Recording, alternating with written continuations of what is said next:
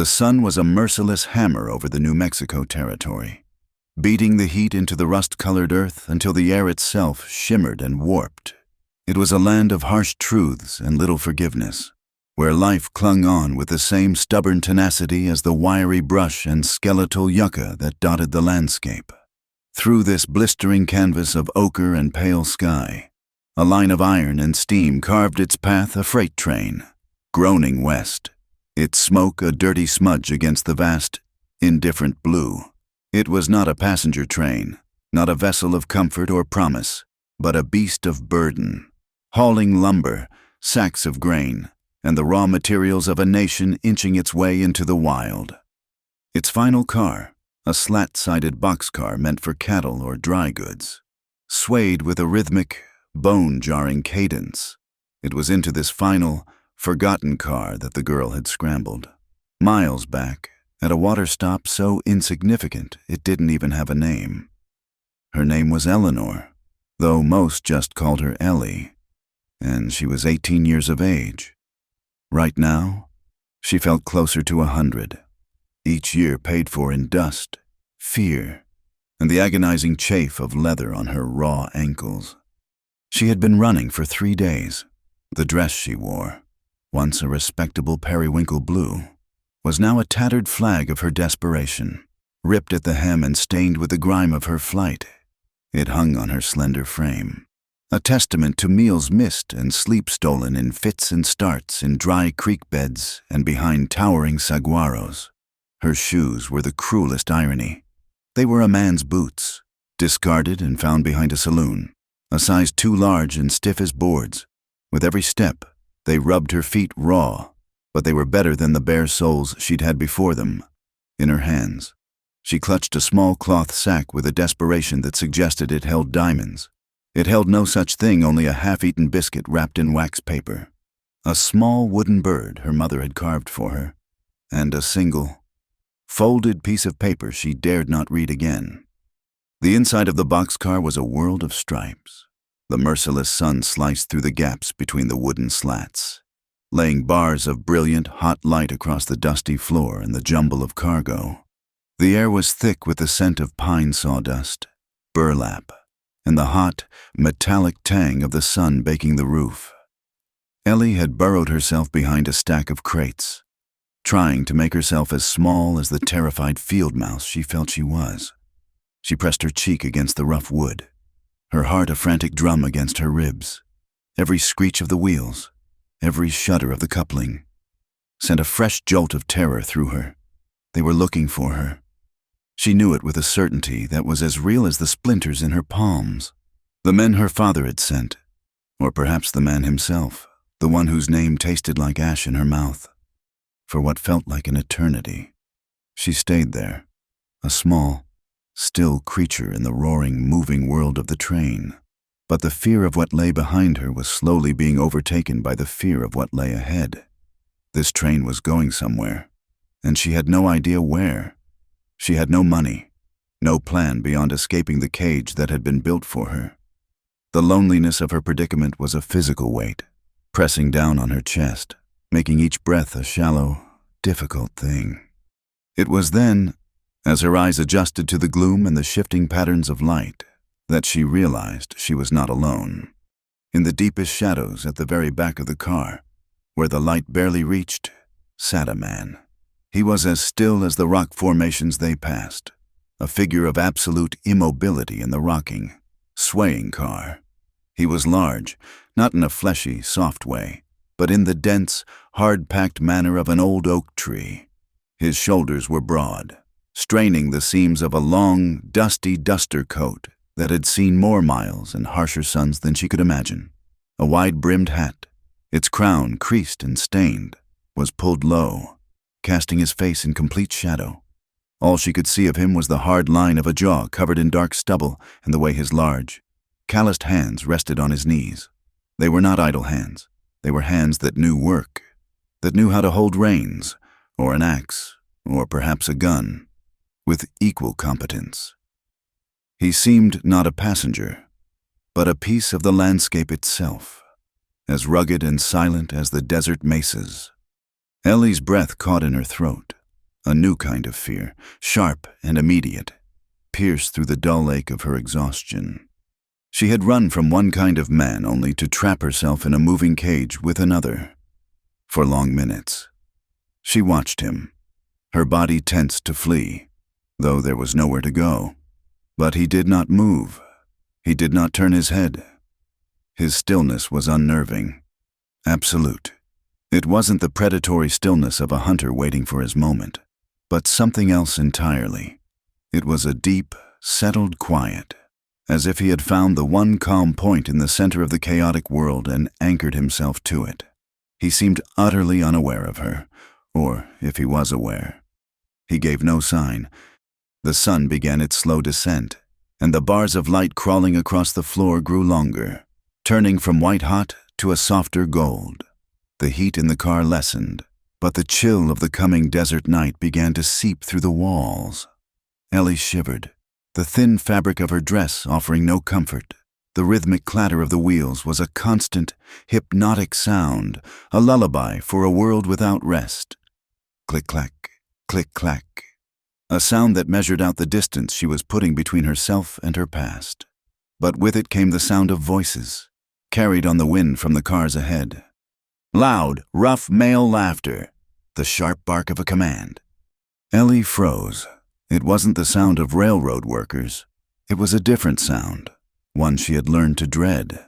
It was the sound of men who took what they wanted, who moved with a swaggering confidence that came from knowing the world would bend to their will. Her pursuers, they must have boarded at the same stop, or perhaps the one before. They were working their way back, car by car. Panic, cold and suffocating, closed around her. Her eyes darted around the boxcar. There was no escape. The doors were latched from the outside. The gaps between the slats were too narrow for even her to squeeze through. She was cornered. Her gaze fell back to the man in the corner. He was still her greatest fear in this immediate space. But he was a single, unknown fear. The men coming for her were a known and certain damnation. She had to make a choice. Trust the devil she didn't know, or be taken by the devils she did. Slowly, shakily, she pushed herself to her feet. Her legs trembled, and the oversized boots made her stumble. She moved out from behind the crates, into the dusty aisle that ran the length of the car. The man did not stir. His hat remained low, his posture unchanged. He was a statue carved from shadow and silence. She took a hesitant step toward him, then another. The floorboards creaked under her weight, a sound that seemed deafeningly loud in the enclosed space. She expected him to look up, to challenge her, to reveal the nature of the man behind the shadow. But he remained perfectly still. It was as if he were waiting. She stopped a few feet from him, her small cloth bag clutched to her chest like a shield. Her heart was a wild bird beating against the cage of her ribs. She could hear the footsteps now, heavy and deliberate. On the roof of the car in front of them, they were getting closer. Any second, the connecting door would slide open. Words were a struggle, her throat tight and dry with dust and fear. She had to force them out, a sound so small it was barely more than a breath of air. "Mr." No response. The shadows under the brim of his hat did not shift. The only movement was the gentle sway of the car. The footsteps were on their roof now, heavy, unmistakable. Tears of sheer terror pricked at the corners of Ellie's eyes. She took one last desperate step, close enough now to smell the faint scent of trail dust, leather, and something like old smoke that clung to him. She leaned in, her voice a raw, pleading whisper, a prayer offered to a stone idol. May I slip under your coat?" It was a preposterous request, an intimate, desperate plea to a complete stranger, a giant of a man who could be anything: a bandit, a killer, a drifter with no conscience. She expected to be rebuffed, to be laughed at, or worse, she expected a gruff word or a shove. What she did not expect was the silence that followed, a silence that stretched for one heartbeat, then two. In that silence, she heard the latch on the forward door rattle. Then, without a word, without lifting his head or giving any acknowledgement that he had even heard her. The man named Silas Boone moved. It was a single, fluid motion. He lifted the left side of his heavy duster coat, holding the thick fabric away from his body. It created a dark, sheltering wing, a small cave of wool and shadow. It was not an invitation. It was not a gesture of kindness. It was a simple, profound act of acceptance, an acknowledgement of her terror, offered without question or judgment. Ellie didn't hesitate. She scrambled forward, ducking under the heavy drape of the coat. She pressed herself against the man's side, making herself as small as she could. The fabric fell, enclosing her in darkness. It was heavy and smelled strongly of the man himself, of the open range and of a deep, abiding solitude. Through the thick wool in his chambray shirt, she could feel the solid, unyielding warmth of his body and the slow, steady beat of his heart. It was the calmest thing she had felt in days. The connecting door of the boxcar slid open with a deafening scrape, flooding the front of the car with the harsh light of the setting sun and silhouetting the figures of two men. Hidden in the darkness, trembling against a stranger's side, Ellie held her breath. The only answer to her plea was the weight of the coat over her back, a silent, unspoken shield. And in that moment, a fragile, invisible thread was spun between the terrified girl and the silent man, a bond forged not of words, but of a shared shadow in a world that offered them no other shelter. The heavy slide of the door was a sound that severed Ellie's last thread of hope. It was a grating, metallic screech that announced the end of her flight, the closing of her cage. Two figures blocked the opening, their forms dark and hulking against the dying, blood-orange light of the sunset. Under the coat, Ellie flinched, a small, convulsive movement she couldn't control. She pressed her face harder into the rough fabric of Silas's shirt, her knuckles white where she gripped a handful of his duster. The slow, steady beat of his heart beneath her ear was the only calm thing in a world that had just shattered. The men stepped inside, their boots thudding onto the wooden planks with an insolent finality. One was a bull of a man, thick-necked and barrel-chested, his face flushed and beaded with sweat. The other was slighter, with a mean, pinched face and restless, ferret-like eyes that darted into every shadow. They smelled of stale whiskey and the cheap, cloying tobacco they chewed, spitting a brown stream near a stack of grain sacks.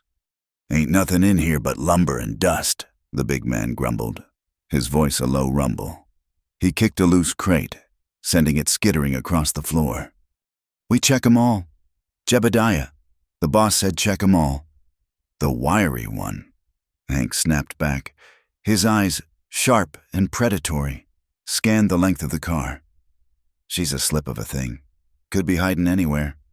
Jebediah grunted, his gaze sweeping lazily over the jumble of cargo. His eyes passed over the still figure at the far end of the car, dismissed him as another vagrant, and moved on. But Hank's gaze lingered. He squinted, his head cocked to one side. A man sitting that still on a rattling train was unusual. Pressed into the darkness, Ellie could feel the tension in Silas's body. It wasn't the trembling of fear. It was a deeper, more profound change. The steady calm she had felt was still there, but now it was coiled, like a spring being wound tight. The muscles in his side and back hardened into plates of stone. He hadn't moved an inch, yet he felt entirely different, no longer a passive shelter, but a fortress preparing for a siege. "Well, now, what we got back here?" Hank said, a sneer in his voice. He took a step forward, his boots echoing in the sudden silence. "Just a fella enjoying the view." Silas remained motionless, a statue of indifference. The brim of his hat was a shield, deflecting the man's probing stare. "Hey, I'm talking to you," Hank said, his voice rising. He started down the narrow aisle, Jebediah following a few paces behind, his big hands clenched into fists. Ellie's world narrowed to the space of a few inches, the smell of dust and wool, the hard wall of Silas's ribs, and the thundering of her own blood in her ears. She was certain they could hear it. She was certain they could see the tremor that ran through her. even hidden as she was. She squeezed her eyes shut. A pathetic attempt to make the world disappear. This was it. They would find her. They would drag her out. The thought of their hands on her, of being returned to that suffocating life she had risked everything to escape, was a terror beyond words. Just as Hank came within 10 feet of them, Silas moved. It was so subtle, Ellie almost missed it. His left hand, which had been resting on his knee, moved to cover her own hand where she clutched his coat.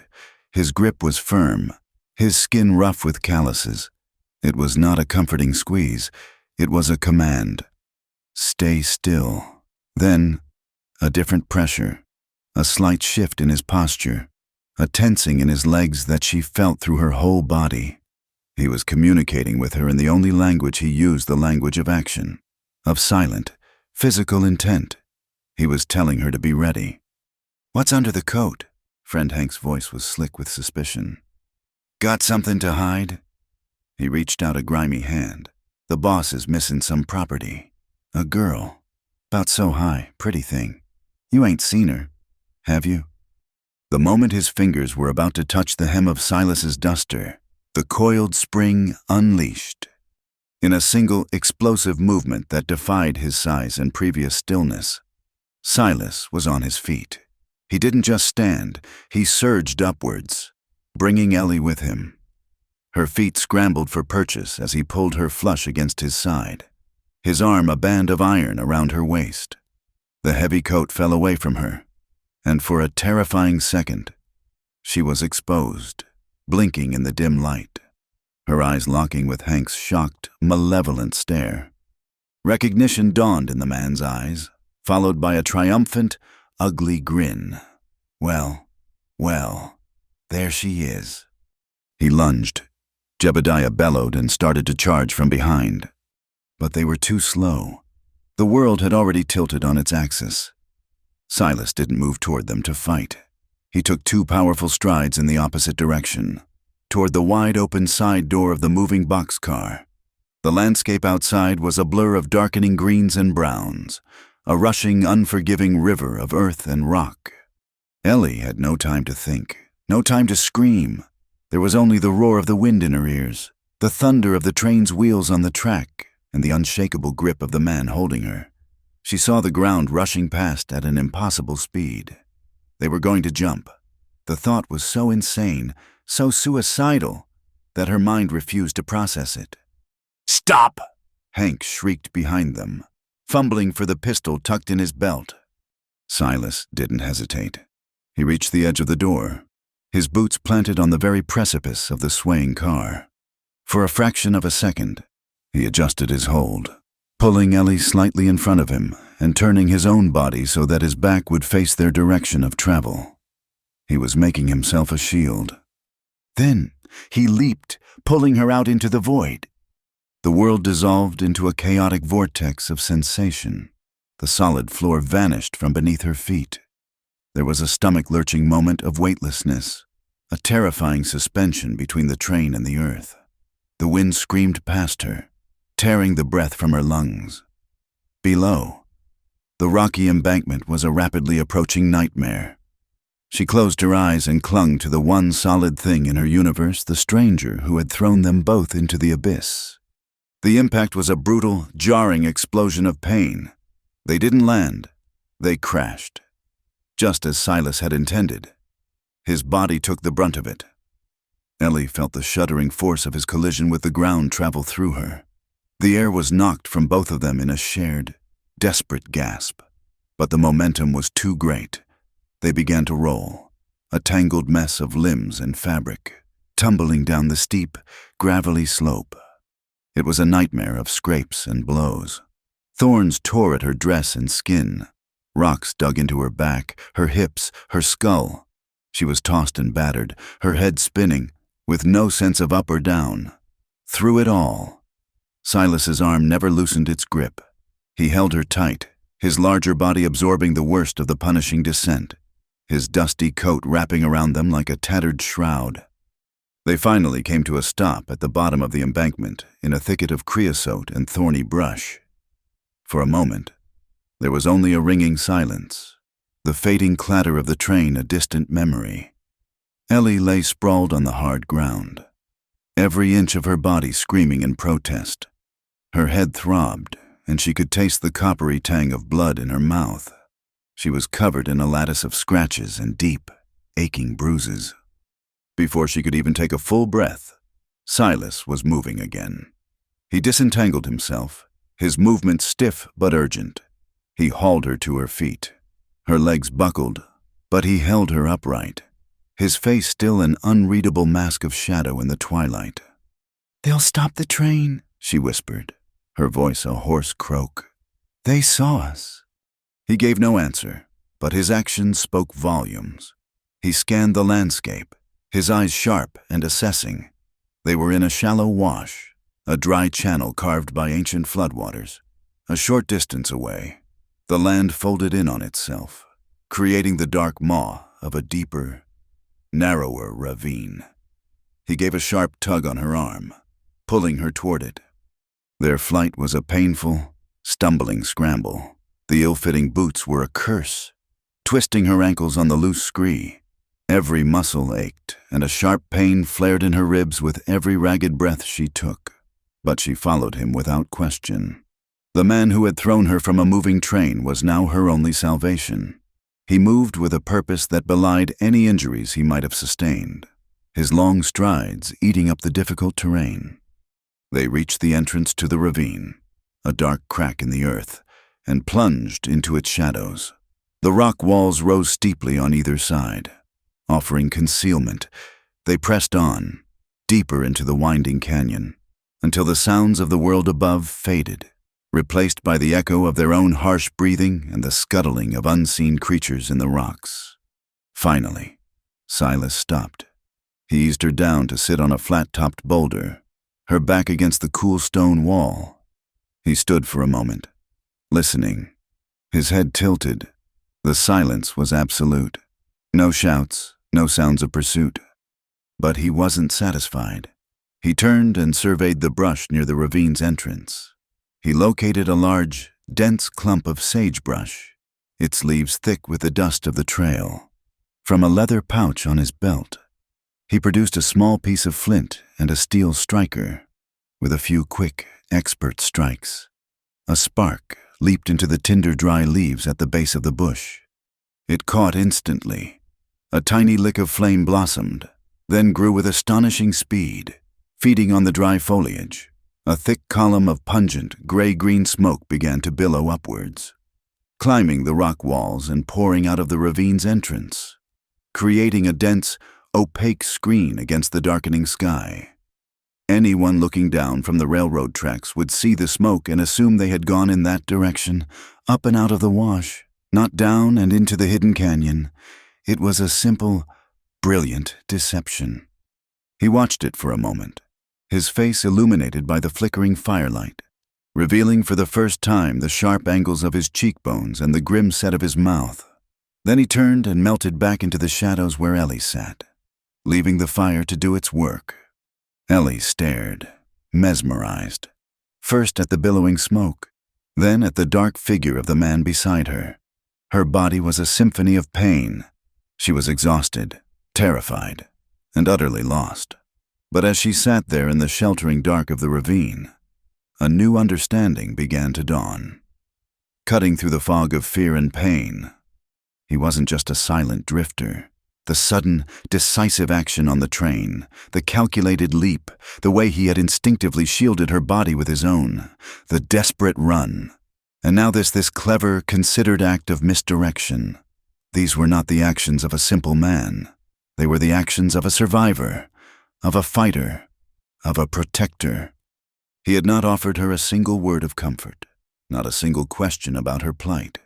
But in the space of half an hour, he had faced down her enemies, thrown them both into monumental danger, and then carved out a pocket of safety for them in the heart of the unforgiving wilderness. He had protected her. Ellie looked at her hands, scraped and bleeding, then at the towering, silent man who stood watch at the mouth of their temporary sanctuary. The fear she had felt for him in the boxcar was gone, burned away by the fire of their escape.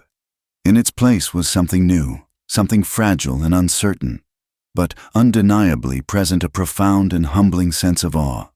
He was more than he appeared. He was a silent guardian, and without knowing her name or her story, he had chosen to stand between her and the darkness. They walked through the night, the moon, a sliver of bone white hanging in an ink-black sky, offered little light. Their path was guided by Silas's unerring sense of direction and the faint, silvery sheen of the stars on the pale desert floor. He moved with a long, ground-eating stride, and Ellie had to half-jog to keep up, her aching body a constant, screaming protest. Silence was their only companion. Silas did not speak, and Ellie had no words to offer. The questions that churned in her mind, "Who are you? Where are we going?" seemed trivial, swallowed by the immense, silent indifference of the wilderness. The world had been reduced to the most basic elements, the crunch of their boots on the gravel, the whisper of the wind through the sagebrush, the ragged sound of her own breathing, and the dark, steady presence of the man in front of her. He was a landmark in the shifting darkness, her one point of navigation in a sea of desolation. Several times, her exhaustion threatened to overwhelm her. Her ankles, rubbed raw by the terrible boots, sent jolts of fire up her legs. Her vision would blur, and the ground would seem to rise up to meet her. Each time she faltered, before she could even fall, Silas would stop. He would turn, his face a featureless shadow, and wait. He never offered a hand, never spoke a word of encouragement. He simply waited, a silent, unmovable pillar of patience, until she found the strength within herself to straighten up and take another step. His silence was not unkind. It was expectant. It told her, without words, that he believed she could do it. And because he seemed to believe it, she did. Just as the first hint of gray began to soften the hard eastern horizon, they crested a low ridge.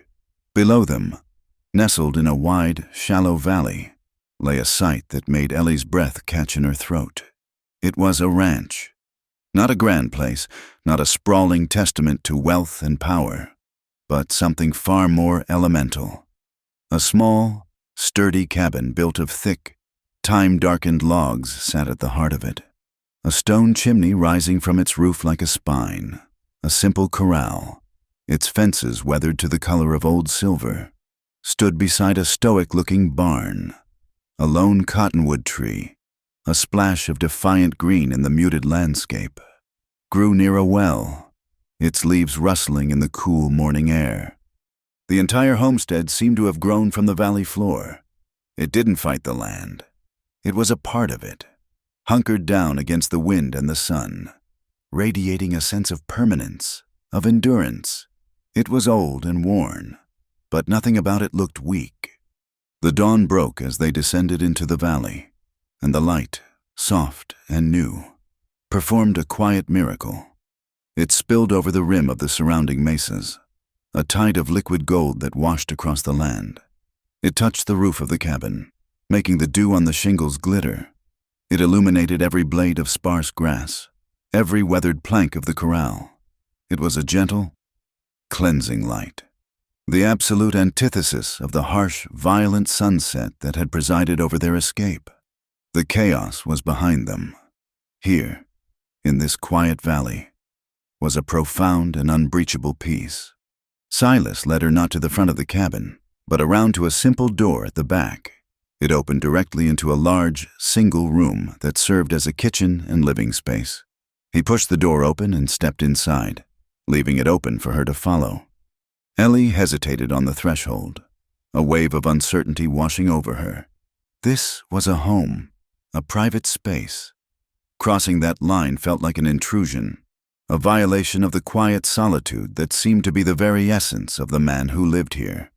But the chill of the morning air was sharp, and the pull of the shelter was stronger than her apprehension. She took a deep breath and stepped inside. The interior was like Silas himself, sparse, functional, and devoid of any unnecessary ornament. A heavy wooden table and 2 benches stood in the center of the room. A large stone fireplace dominated one wall, its hearth swept clean, A cast-iron stove stood beside it, its surface gleaming dully in the morning light.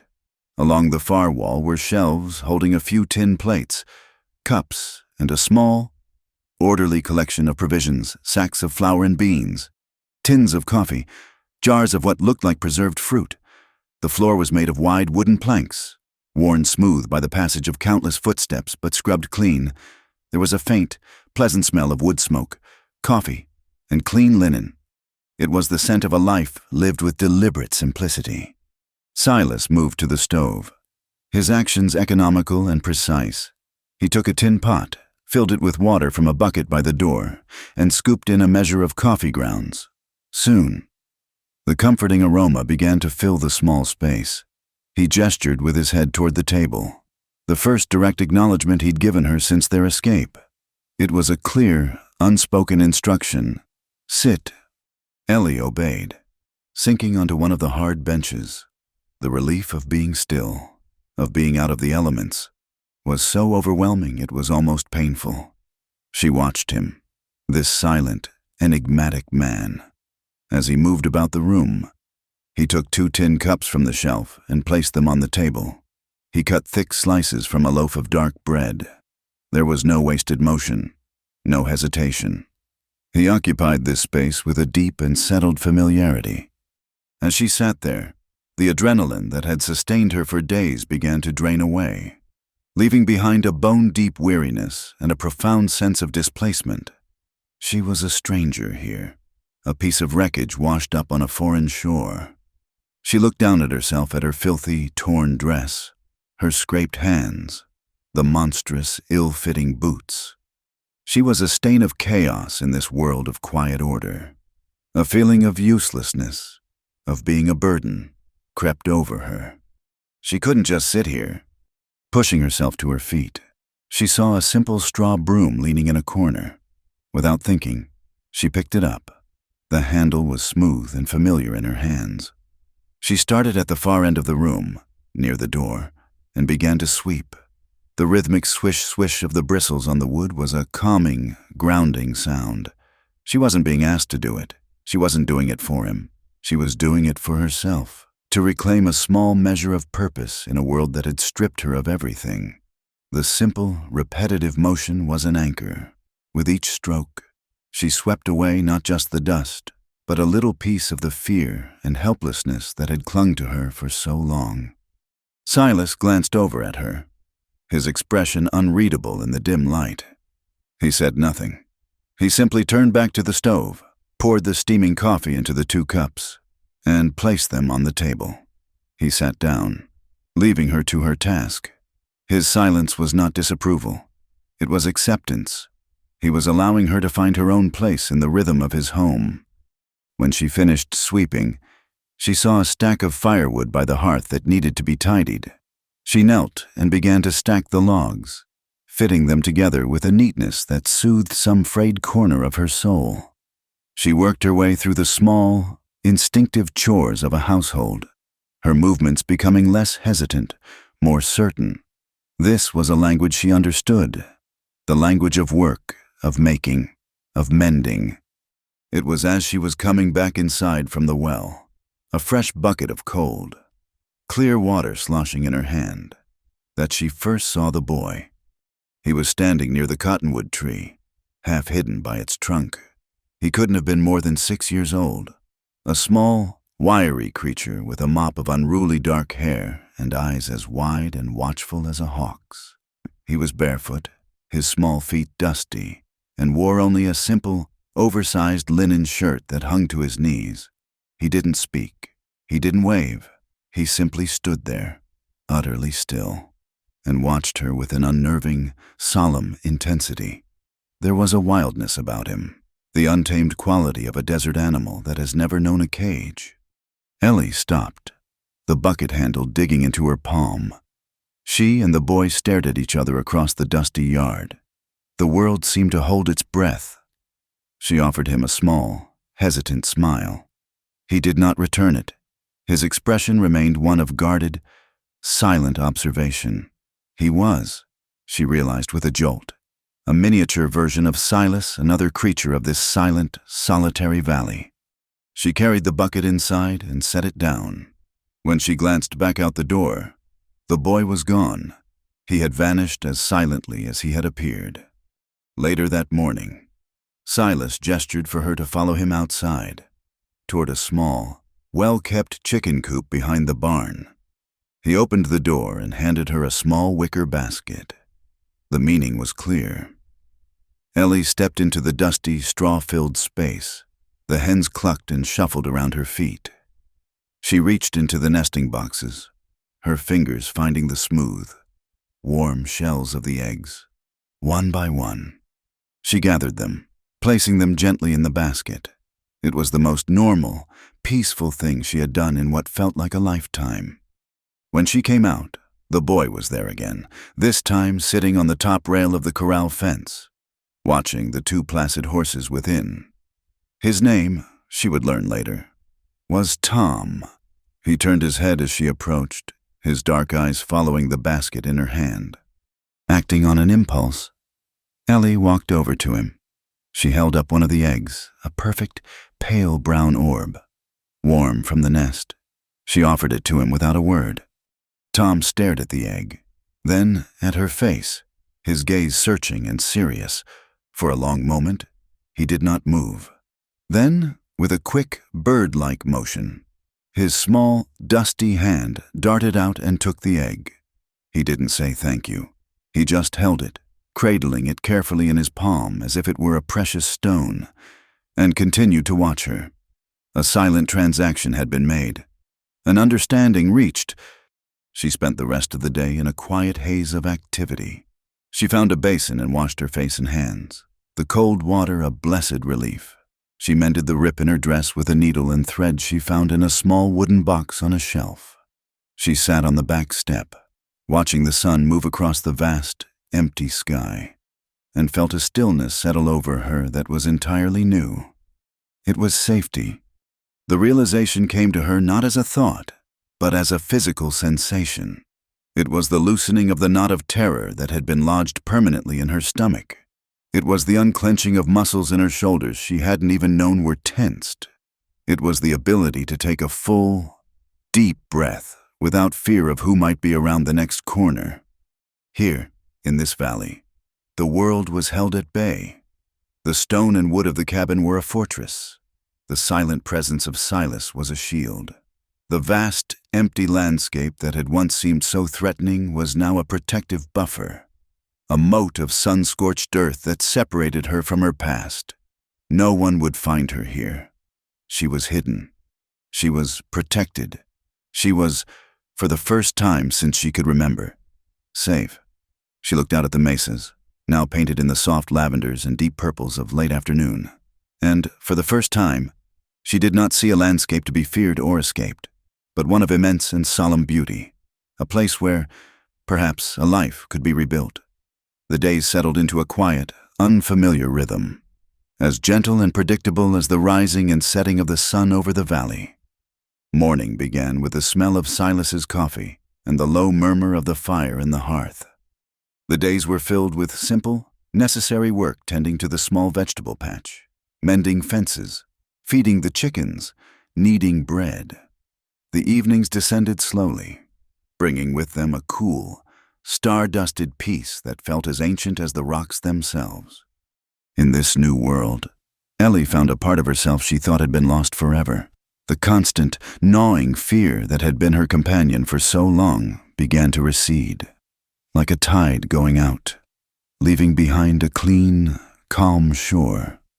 She learned the landscape of the small ranch as intimately as she had once known the cracks in her bedroom ceiling. She learned the particular creak of the barn door, the way the wind sounded as it moved through the leaves of the cottonwood, the patient, soft-eyed gaze of the horses.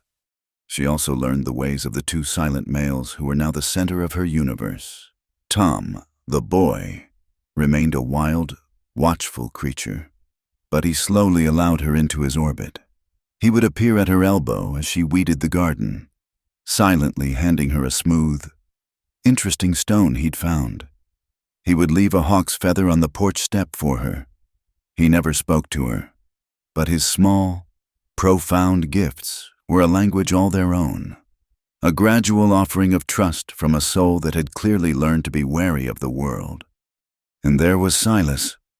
He remained an enigma, a man carved from the very rock and silence of the land he inhabited. He moved through the day with a deep, settled purpose, his strength a quiet, constant presence. He never offered praise, but when she baked her first successful loaf of bread, dense and a little lopsided, but edible, she saw him cut a second thick slice for himself at supper. He never asked about her comfort, but one evening she found a small, three-legged stool placed by the hearth, in the exact spot she liked to sit and mend in the evenings. He never spoke of the future, or the past, but he had given her a pair of soft, worn leather boots that had belonged to someone long ago, boots that fit her feet perfectly. The relief they brought to her raw, blistered skin was so immense it had almost made her weep. These small, unspoken acts of consideration were the bricks with which he was building a wall of safety around her. But while the physical wounds of her journey were beginning to heal, the wounds within her remained raw and tender.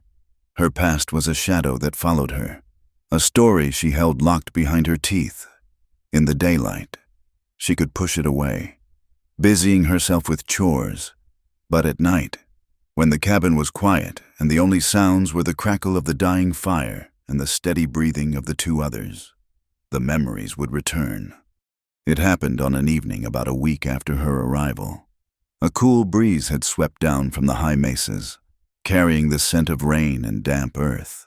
They had eaten a simple supper of bean stew and fresh bread. Tom, worn out from a day of chasing lizards and climbing the corral fence, had fallen asleep on his small cot in the corner, one dusty hand clutching the wooden bird Ellie had given him from her sack. The silence that settled over the cabin was a comfortable one. Ellie rose from the table to clear away the tin plates. The chore was a welcome one, a way to keep her hands and mind occupied. She carried the plates to a large basin on a dry sink near the back door, pouring in hot water she'd ladled from a kettle on the stove. As she plunged her hands into the warm, soapy water, the simple domesticity of the act triggered something deep within her. This was what a home was supposed to feel like: quiet, safe, orderly. The stark contrast to the life she had fled was a physical blow, and the memories she had fought so hard to suppress rose up, thick and suffocating. She saw her father's face, not as a loving parent, but as he had been in those last few months, his eyes watery and desperate, his hands shaking slightly from drink. He had been a prospector, chasing dreams of gold and silver that always turned to dust in his hands, leaving him with nothing but debts and a bitter, simmering resentment. And then she saw the other face, Mr. Abernathy. The memory made the dish slip from her soapy fingers, clattering loudly against the bottom of the basin. He was the owner of the largest saloon and hotel in the dusty settlement they'd called home, a man old enough to be her grandfather. He was a creature of damp, fleshy hands and small, greedy eyes that seemed to take inventory of everything they saw. He smelled perpetually of stale cigar smoke, expensive but poorly applied cologne, and the sweet, cloying scent of the whiskey he was constantly sipping. Her father, in his final act of desperation, had seen his daughter not as flesh and blood, but as his last, untapped claim. He had made a bargain. Ellie, in exchange for the clearing of all his debts and a steady supply of credit at the saloon. She scrubbed at a plate with a ferocity that was born of memory, her knuckles white. She could still hear Mr. Abernathy's laugh, a wet, wheezing sound that made her skin crawl. She remembered the day her father had told her, not meeting her eyes, mumbling about a good match and a secure future. She had looked at her father, the man who was supposed to protect her, and had seen a stranger, a coward who was selling her to save himself.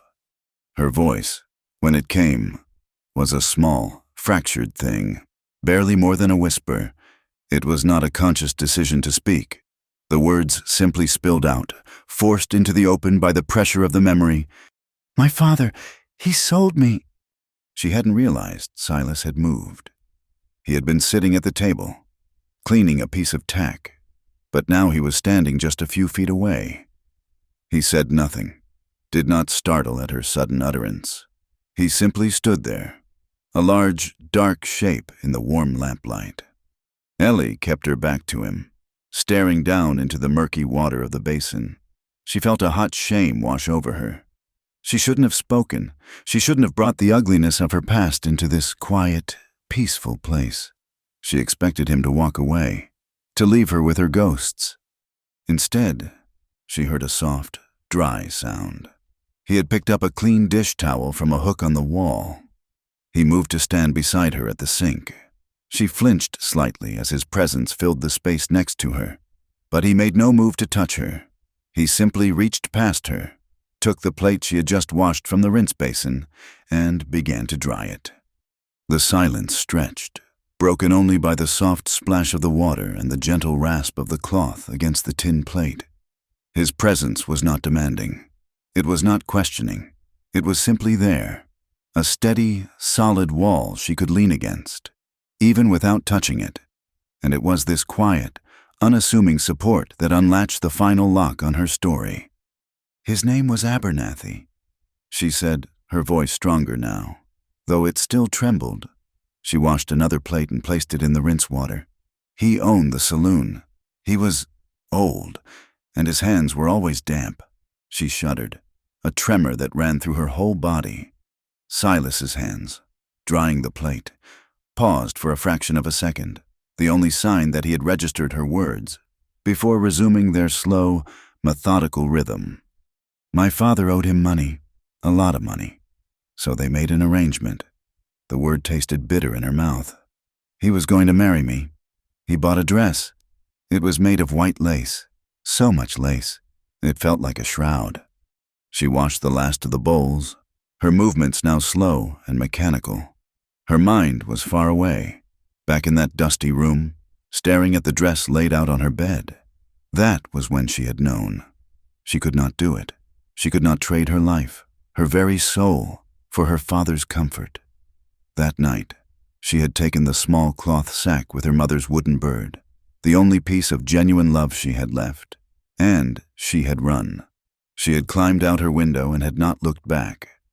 "I ran," she whispered, the confession finally complete. "I just ran." She finished the last of the washing up, her hands moving on their own. The story was out, hanging in the air between them, fragile and ugly. She braced herself for his reaction. Pity, disgust, or worse. The cold indifference of a man who did not want to be burdened with the troubles of a stray girl he had found on a train. Silas finished drying the last cup. He stacked it neatly with the others on the shelf. He folded the dish towel and hung it back on its hook. He had not looked at her once during her entire story. Then he moved to the fireplace, where the fire had burned down to glowing embers. He took a thick log from the wood pile she had stacked so neatly that afternoon and placed it carefully on the coals. Sparks showered upwards into the chimney. The log caught, and a fresh, warm flame began to lick at the wood, pushing back the shadows and filling the room with a gentle, flickering light. He stood there for a moment, his back to her, watching the new flame take hold. Then, without a word, he turned and walked to the small, separate room that was his own, pulling the simple burlap curtain closed behind him. Ellie stood alone in the kitchen, her hands dripping water onto the floor. He had not said a word, not one single word, and yet she felt a profound sense of relief, a lightness in her chest she had not felt since childhood. He hadn't judged her. He hadn't questioned her. He hadn't offered empty words of sympathy. He had simply stood with her, shared in the small, domestic task, and listened. His silence had not been empty. It had been a vessel. It had held her story, contained its ugliness, and given it a safe place to rest. By listening without comment, he had validated her pain in a way no words ever could, and by adding a log to the fire, he had given her his answer. It was a simple, profound statement. "The world outside is cold, but in here I will keep you warm. You are safe." She looked around the quiet, fire-lit room, at the sleeping form of the boy in the corner, at the curtain that separated her from the silent man who had just become her confidant. And for the first time, the fragile sense of safety she had found in this valley began to grow into something stronger, something deeper.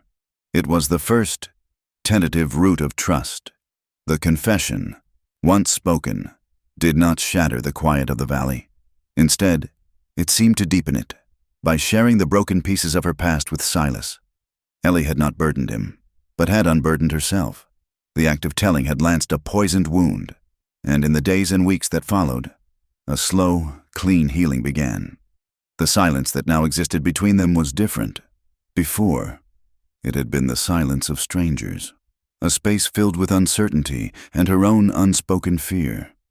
Now, it was a shared silence, a comfortable quiet that rested upon a new foundation of mutual understanding. It was a silence that did not need to be filled. Life on the ranch continued its steady, unhurried pace, dictated by the sun and the seasons. The sharp edges of Ellie's grief and terror began to soften, worn smooth by the rhythm of daily chores. She was no longer just a refugee, a girl hiding from the world. She was becoming a part of the valley's ecosystem.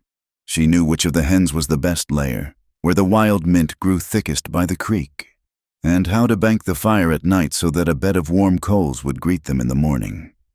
She and Tom had developed their own silent rapport, a friendship built on shared discoveries, a lizard sunning on a rock, a perfectly formed bird's nest fallen from the cottonwood, the sweet taste of wild berries. In this newfound peace, something else began to stir within her. It was a feeling so foreign she didn't have a name for it, but it manifested as a gentle expansion in her chest, a desire not just to receive the safety of this place, but to give something back. She felt a quiet, burgeoning gratitude for the man who had offered her his shadow on the train, and then, without question, the shelter of his entire world. But how could she express such a thing to a man who lived behind a wall of silence? Words felt clumsy, inadequate, and far too loud for the tranquil world they inhabited. One afternoon, while searching for stray cattle in the higher meadows, she stumbled upon a small, hidden patch of Indian paintbrush. The flowers were a shock of vibrant, fiery red against the muted greens and browns of the landscape. They were fiercely, defiantly beautiful, a spot of impossible color in a hard country. They reminded her of a spark of life refusing to be extinguished. She knelt and picked a single, perfect stalk, all the way back to the cabin. She held it carefully, protecting its delicate petals from the wind. Back at the homestead, a familiar hesitation seized her. What was she doing? A flower was a frivolous, feminine thing.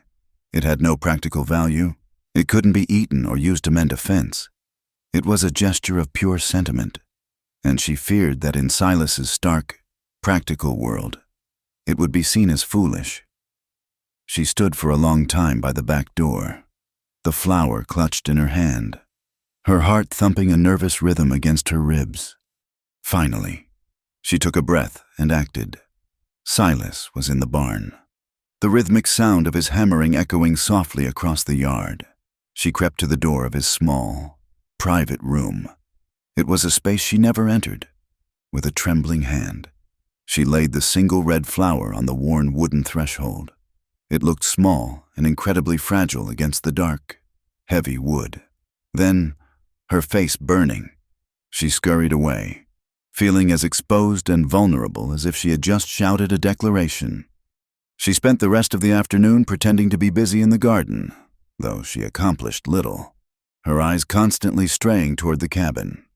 She saw him emerge from the barn as the sun began to dip low, his broad shoulders outlined against the golden light. He walked to the back door, his stride even and unhurried. He stopped at the threshold of his room. Ellie held her breath, her hands still in the dirt. She saw him bend down.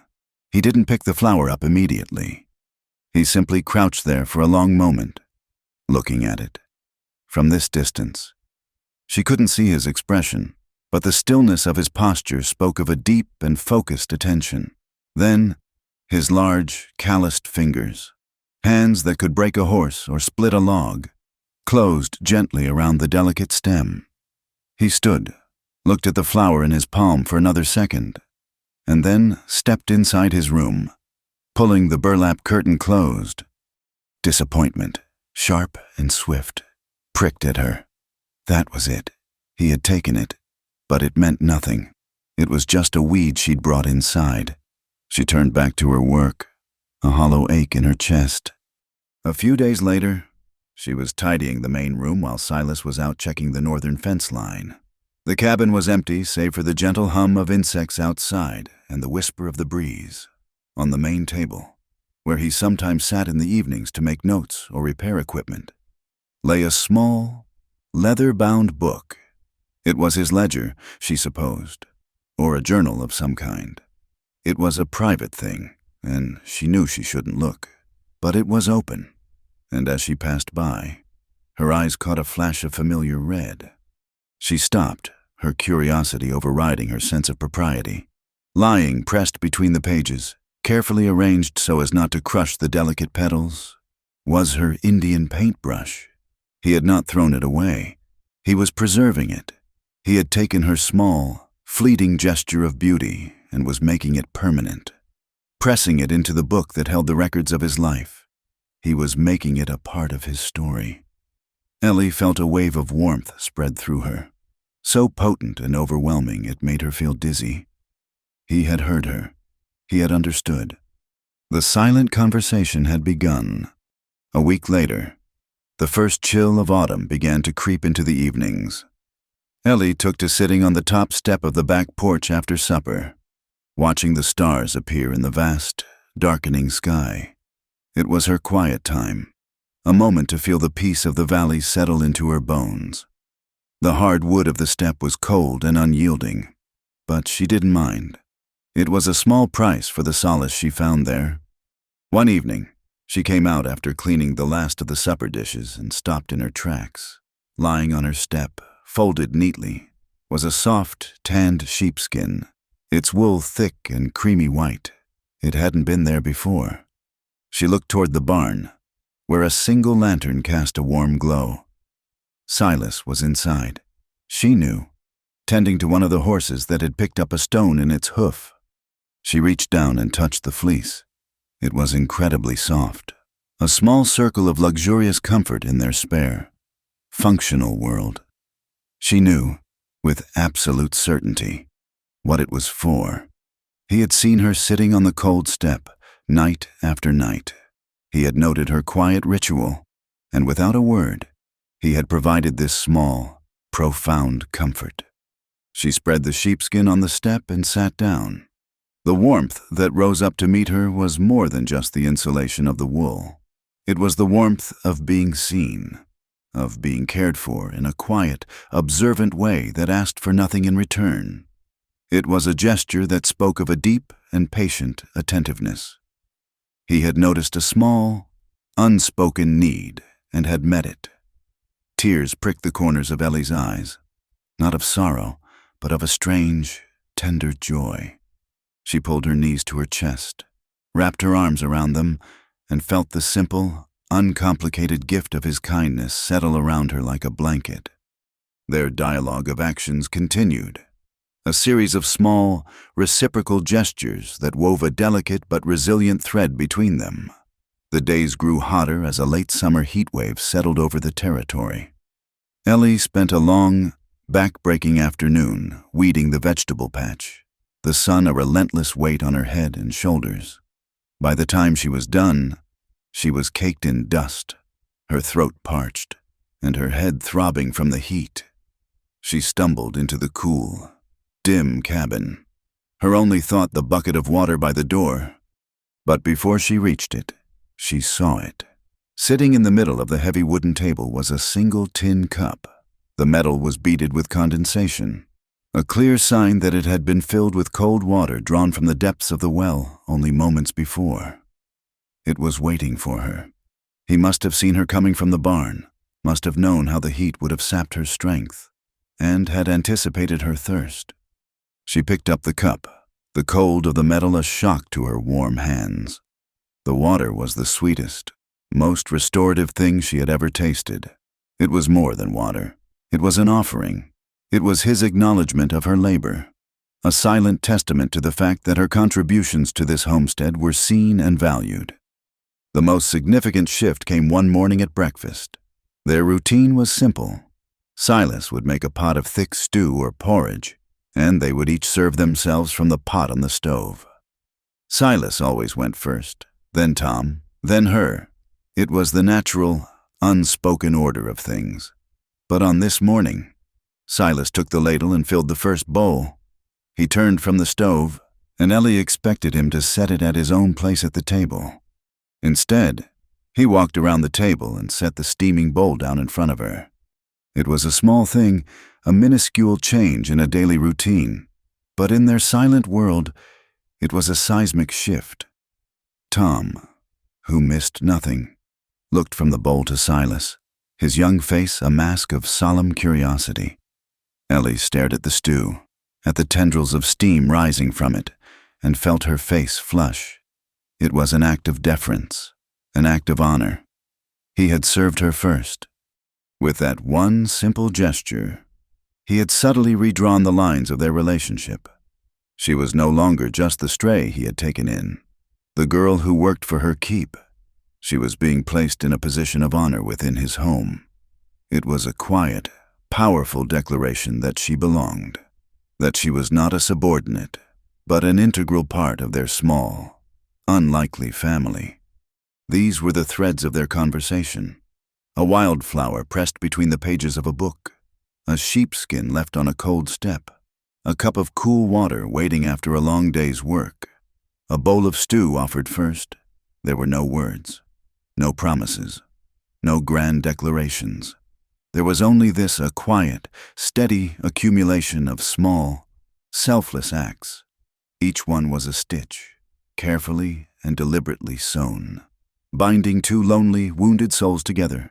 In the vast aching silence of the West, they were inventing their own language, a language of quiet care, spoken not with the tongue, but with the hands and the heart. The season was turning. The relentless, hammering heat of summer had finally broken, and the afternoons were now long, golden, and touched with a gentle, melancholic breeze that whispered of coming autumn. It was a time of gathering, of preparing. Silas worked with a quiet, focused intensity, mending the things that the harsh summer had worn down, reinforcing the small fortress of their homestead against the coming cold.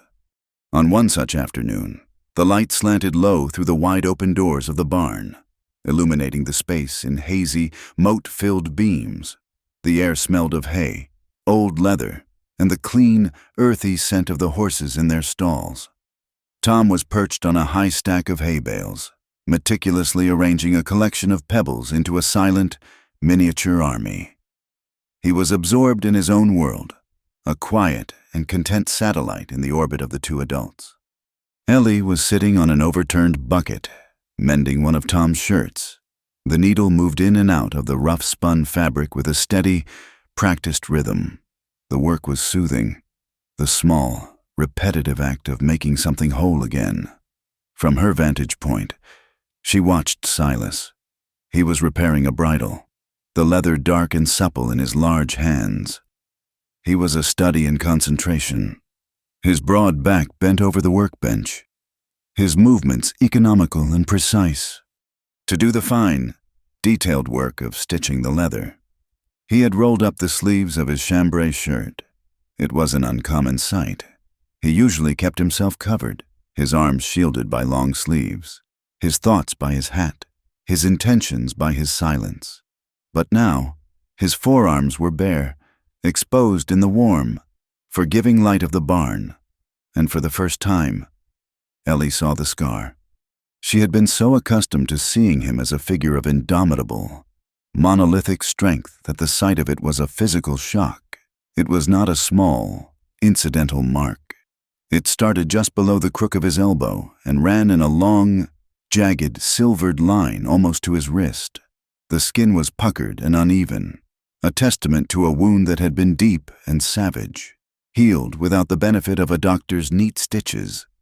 It was a map of old violence, a permanent record of a moment when his body had been torn open. Her needle stopped mid-stitch. She stared at the scar, unable to look away. It was so at odds with the man she had come to know, the gentle protector, the patient provider, the silent guardian of her and Tom's world. This mark spoke of a different man, a man who had lived a different, harder life. It spoke of a time when he had not been safe, when he had been vulnerable enough to be grievously wounded. The questions flooded her mind, silent and urgent. Who did this to you? What kind of fight were you in? Were you alone? The scar did more than just hint at a violent past. It made him profoundly, achingly human. He was not an unbreakable monolith of stone and silence. He was a man of flesh and blood, a man who could be hurt, who could be broken. She looked at his hands, so skilled and steady now as they worked the leather, and imagined them trying to staunch the flow of blood from that terrible wound.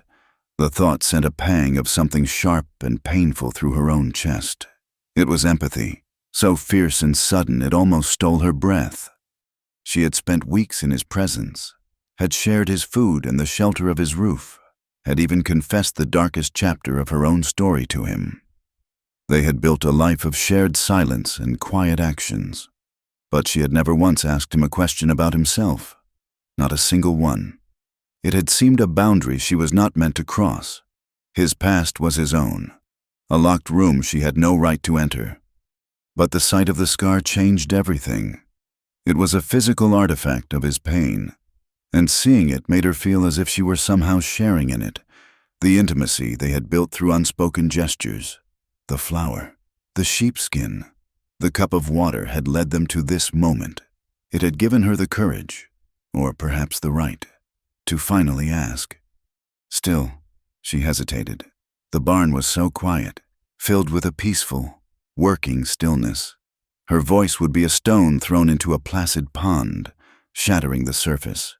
Was it her place? Would he see it as an intrusion? Would he retreat further behind his wall of silence? Angered by her presumption, she looked at the scar again, at the way the golden light seemed to catch on the raised, silvery tissue. It looked like a flash of lightning frozen on his skin.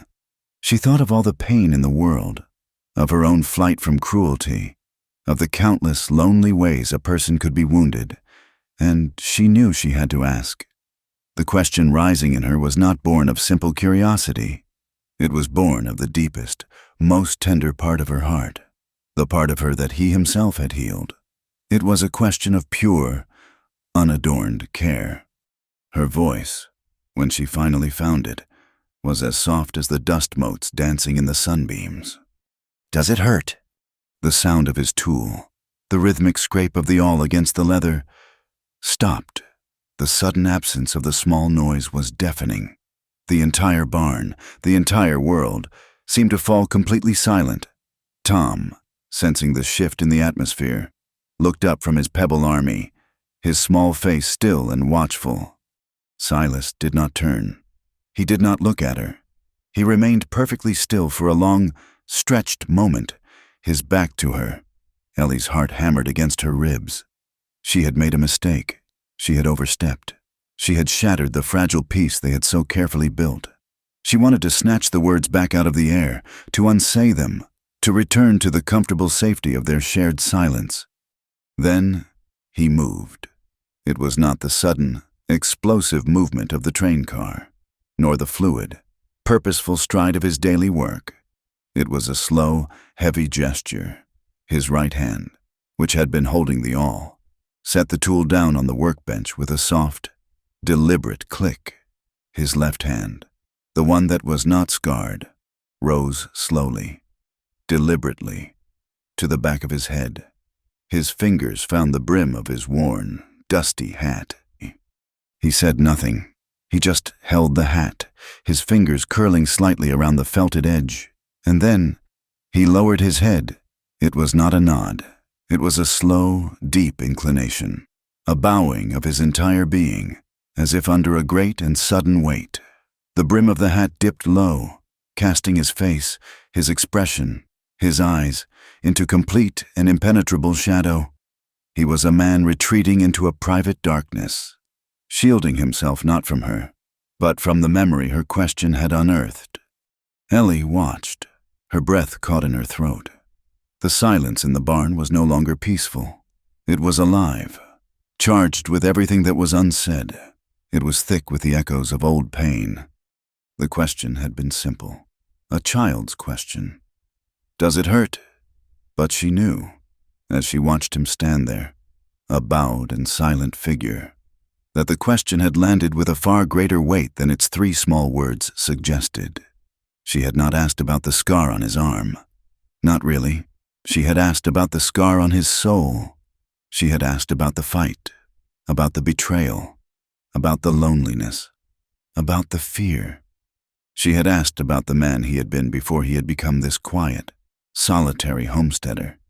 She had asked if the ghosts of his past still had the power to wound him. His silence was his answer, and it was an answer more eloquent and heartbreaking than any words could ever be. It was a profound and sorrowful yes. Yes, it had hurt. It had hurt in a way that had carved itself not just into his skin, but into the very bedrock of his being. It had hurt enough to make him abandon the world of men and seek solace in this isolated valley. It had hurt enough to steal his words, to make silence his only refuge. But as she watched him, another realization began to dawn. Layered over the first, he stood there, under the weight of her question, for what felt like an eternity. But there was no anger in his posture. There was no resentment. There was only a deep, weary stillness. And then he let out a breath, a long, slow exhalation that seemed to carry some of the tension from his shoulders. His hand, which had been gripping the brim of his hat, relaxed its hold. She understood. Then the second, deeper layer of his silent answer. The pain was real. The memory was sharp, but it was a memory. The hurt was a thing of the past. It was a ghost, yes, but a ghost that was slowly losing its power. She looked at her mending, at Tom's small, safe world on the hay bales, at the solid, peaceful barn around them. This was the present. This was the reality he had built, a reality of peace and purpose. Her presence here, her question born of genuine care, had not been an intrusion. It had been a form of lancing the wound. By asking, she had acknowledged his pain. She had seen his brokenness and had not flinched. She had shared the burden of his memory, just for a moment, and in doing so, she had lessened it. His silence was not just an affirmation of past pain. It was a confession of present healing. It said, yes, it hurt more than you can know. And for a very long time, I carried that hurt alone. It was a cold and heavy stone inside me. But now you are here, and your quiet presence, your gentle hands, your trust, it has been a balm. The wound is still there, but it does not ache in the same way. You have made the stone a little lighter. Finally, he lifted his head. He settled his hat more firmly. A small, familiar gesture that signaled a return to the here and now. He turned, not to look at her, but to pick up his tool from the workbench. The moment had passed. He did not speak. He did not need to. The most important conversation of their lives had just taken place, and not a single word had been exchanged.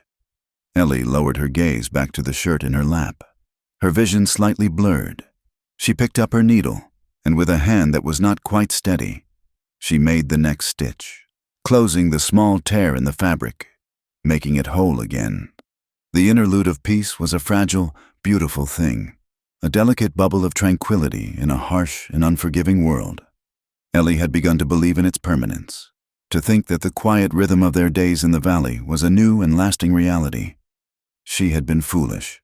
The world outside the valley had not forgotten her, and the past, she was about to learn, has a long and patient memory. The evening had settled in with a profound sense of calm. A stew simmered on the stove, filling the cabin with a savory scent of herbs and roasted meat.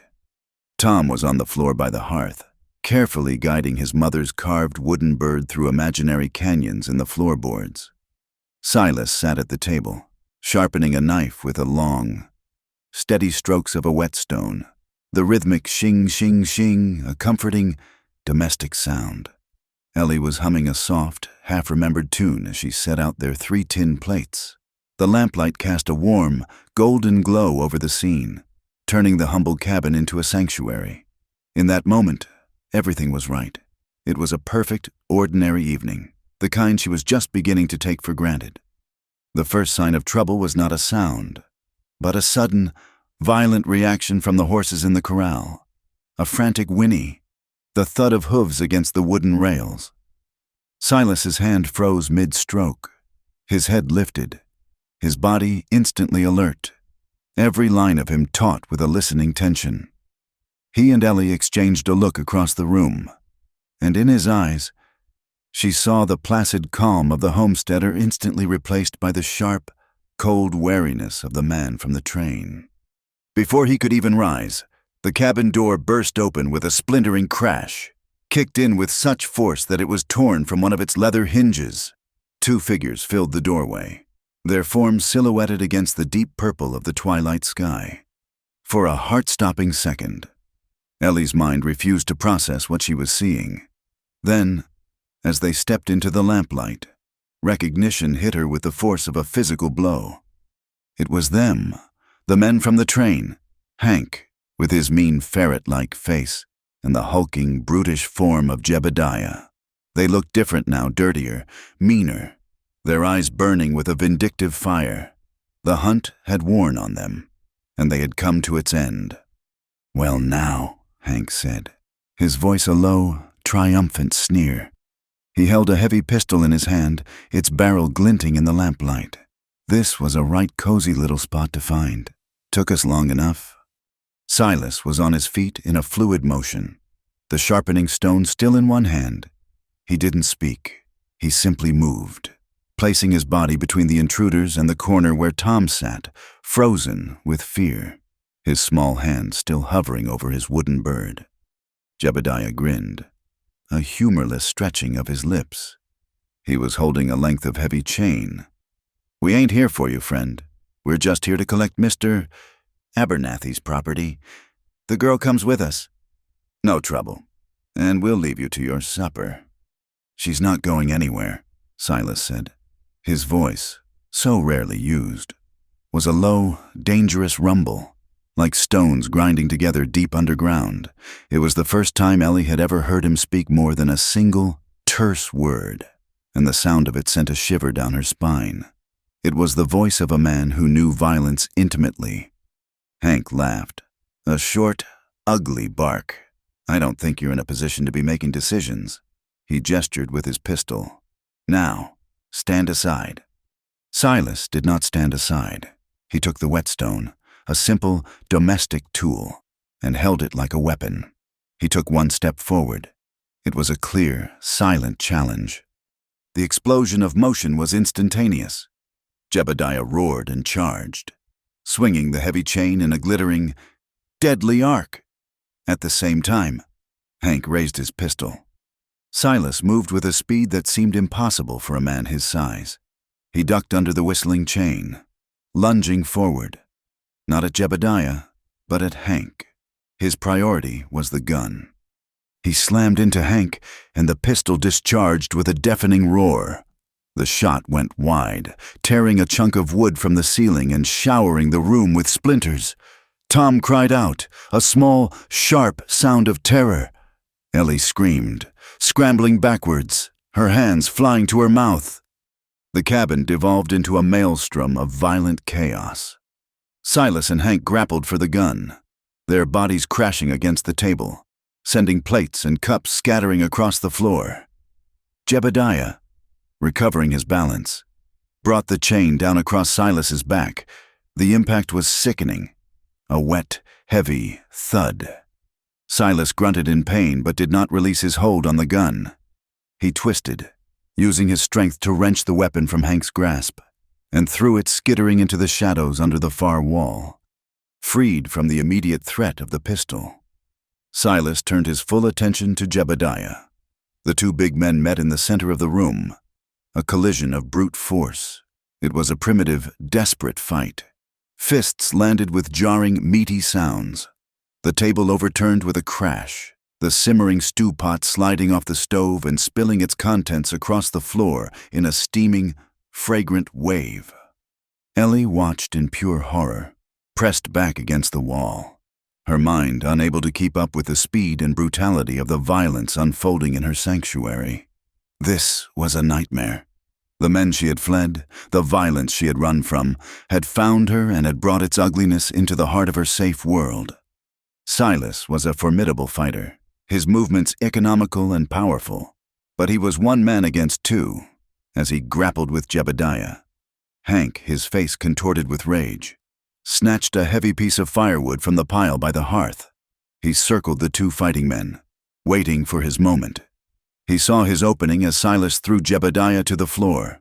Before Silas could turn, Hank swung the log with all his might, catching Silas on the side of the head. The sound was a sickening crack. Silas staggered, his eyes losing focus. He raised a hand to his head, a look of stunned disbelief on his face.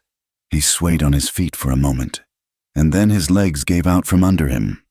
He collapsed to the floor like a felled oak tree, landing with a heavy, final-sounding thud. He did not move. Silas Ellie's scream was a raw, ragged tear in the sudden silence. The fight was over. Jebediah pushed himself to his feet, breathing heavily. Hank stood over Silas's still form, the piece of firewood clutched in his hand, a triumphant sneer on his face. "That's that, then," Hank said, panting. He turned his malevolent gaze on Ellie. "Now, you, it's time to go." But as he took a step toward her, he saw a flicker of movement in the corner. Tom. The boy had been forgotten in the chaos. He was trying to crawl, silently, toward Silas's unmoving form. A cruel, opportunistic idea lit up Hank's eyes. "Or maybe," he said slowly, "we take a little insurance with us." Before Ellie could even process his words, Hank moved. He lunged and snatched Tom, scooping the boy up with one arm. He clamped a hand over Tom's mouth, stifling the boy's terrified cry.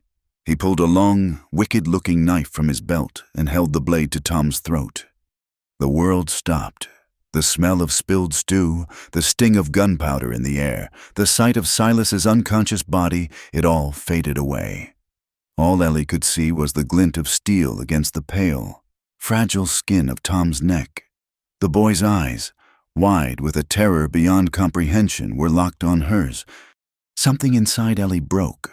The fear, the helplessness, the identity of the victim she had worn for so long, it shattered. And in its place rose a white-hot, protective fury that was as pure and fierce as a forest fire. This was not about her anymore. They would not harm this child, not in this house, not while she was still breathing. Her eyes darted around the room, searching for a weapon, for anything, and then she saw it, lying in the shadows where it had been thrown, half hidden under the overturned table. Was the pistol. She did not think. She acted. She launched herself across the floor, scrambling on her hands and knees, ignoring the splinters and the hot stew that soaked her dress. She reached under the table, her fingers closing around the heavy, cold steel of the gun. "You stay back," Hank shouted, his voice tight with alarm. He pressed the knife closer to Tom. "I mean it, one more step and the boy pays for it." Ellie rose to her feet, the pistol held in both hands. It was impossibly heavy, a dead, alien weight. She had never held a gun in her life. She raised it, pointing it at Hank, but her hands were shaking so violently that the barrel danced in wild, uncontrollable circles. "Let him go," she said. Her voice was a reedy, trembling thing, completely at odds with the fire in her soul. Hank laughed, though it was a nervous sound. "You ain't got the nerve. Girlie, you don't know which end the bullet comes out of." He was right. She was terrified. Her vision was blurring with tears. The front sight of the pistol was a meaningless smudge, but she looked past the gun, past her own trembling hands, and focused on Tom's face. She saw his silent, desperate plea. She saw the man who had protected him lying unconscious on the floor. and she knew she could not fail them. She took a deep, shuddering breath. She remembered seeing Silas shoot at targets, how he would let out his breath just before he fired. She tried to steady her hands, gripping the gun so tightly her knuckles were white. She aimed for the center of Hank's chest, closed her eyes, and pulled the trigger. The explosion was a physical blow, a deafening concussion that slammed her backwards a step. The recoil wrenched her wrists, and the gun flew from her grasp. For a moment, she was deaf and blind, enveloped in a cloud of acrid smoke. The shot missed. It went high and to the left, burying itself in the log wall just inches from Hank's head. But it was enough. Shocked by the gunshot and the sheer, unexpected audacity of her action, Hank flinched violently, his grip on Tom loosening for a fraction of a second. It was in that split second of chaos that a new voice cut through the ringing in Ellie's ears. A voice, old and calm as the hills, but carrying an authority that was absolute. "Déjalo, let him go." A figure stood in the shattered doorway, a man Ellie had never seen before. He was old, his face a roadmap of deep wrinkles, his hair a shock of white under a battered hat. He was holding a long-barreled shotgun, and its twin muzzles were aimed squarely at Hank's chest. Hank froze, his eyes wide. Jebediah, who had been starting toward Ellie, stopped dead in his tracks. The old man was Raoul, a ranch hand who had worked for Silas's family for 50 years and who lived in a small cabin a mile down the valley. He had heard the first gunshot and had come to investigate. "I will not say it again," Raoul said, his voice quiet, but carrying the weight of a death sentence. The standoff lasted only a second. Hank was a bully and a coward, not a man willing to die for his employer's sordid bargains. He looked from the unwavering barrels of the shotgun to Ellie's hate-filled eyes, and his nerve broke. He shoved Tom away from him, sending the boy stumbling to the floor. "This ain't over," he snarled, a pathetic attempt to salvage some pride. He and Jebediah backed away slowly, their hands raised until they were out the door. A moment later, Ellie heard the frantic sound of horses galloping away into the night. They were gone. The violence was over. A deep, shuddering silence descended on the wrecked cabin. Tom, unhurt, scrambled to the old man. Raoul, who knelt and put a comforting hand on his shoulder. But Ellie did not see them. Her eyes were only for the man on the floor. "Silas," she whispered. She stumbled to his side, falling to her knees in the wreckage of their home. She reached out and touched his face. He was so still. A dark, ugly bruise was rising on his temple, and a trickle of blood ran from a cut above his eye. He was unconscious, his breathing shallow. She gathered him into her arms, pulling his head onto her lap. He was a dead weight, his powerful body completely limp. She cradled him, rocking back and forth, the tears she had held back finally breaking free. They streamed down her face, falling onto his, mingling with his blood. "Silas, please," she sobbed, her voice breaking. "Please wake up. Don't leave us. Please don't leave." She held him tight, her small body curled protectively around his large, still form on the hard wooden floor of their ruined kitchen. She prayed, her words a desperate, incoherent litany of hope and fear, whispered into the terrible, uncertain silence. The aftermath of the violence was a silence deeper and more terrible than any quiet that had come before. The frantic drumming of galloping hooves faded into the vast, indifferent night, leaving behind a wrecked cabin that felt like a desecrated tomb. The air was thick with the metallic tang of gunpowder, the cloying smell of spilled stew, and the sharp, clean scent of splintered pine from the shattered door. It was a ruin, a violated sanctuary. For a long moment, Ellie could only kneel on the floor, cradling Silas's head in her lap, her own ragged sobs the only sound in the world. Then, a firm, gentle hand rested on her shoulder. She looked up through a blur of tears to see Raoul, his ancient, wrinkled face a mask of grave calm. "We must move him. Nina," he said, his voice a low, steady rumble that cut through her panic. "The floor is no place for a wounded man." The simple, practical words were an anchor in the swirling chaos of her mind. She nodded, though she had no idea how they could possibly accomplish such a task. Silas was a giant, a man of dense muscle and heavy bone, and now he was a dead weight. Raoul was a man of quiet competence. He directed her with a gentle authority that brooked no argument. "You will take his arms. I will take his legs. We will go slow." Somehow, they did it. It was a desperate, grunting, stumbling struggle. Raoul, though old, possessed a wiry strength born of a lifetime of hard labor. Ellie, fueled by a surge of adrenaline and a fierce, protective love, found a strength she never knew she possessed. They half dragged, half carried Silas's limp form from the ruin of the kitchen into his own small, dark room. They managed to lift him onto his cot, a simple rope bed with a thin straw mattress that groaned under his weight. He lay there, utterly still, his face pale and slack in the dim light of the lantern Raoul had lit. He looked smaller, somehow vulnerable. Tom, who had been a silent, wide-eyed shadow through it all, crept into the room and stood by the doorway. Clutching his wooden bird so tightly, his knuckles were white. He did not cry. He simply watched, his gaze fixed on Silas's unmoving form. Raoul placed a hand on Ellie's shoulder again. "I will see to the boy and the house. You stay with him. Call if he stirs." He turned and left, leaving Ellie alone with the man who had saved her, the man she had just watched fall. And so the vigil began. The next hours, and the days that followed, blurred into a single, continuous stretch of hushed time, measured not by the sun, but by the shallow, terrifyingly fragile rhythm of Silas's breathing. Ellie did not leave his side. She pulled the single wooden chair in the cabin to the edge of his cot and sat, her entire world shrinking to the small, shadowed space of that room. Her first act was to clean him. She fetched a basin of fresh, cool water and a clean cloth. With hands that trembled only slightly, she began to wash the blood and grime from his face.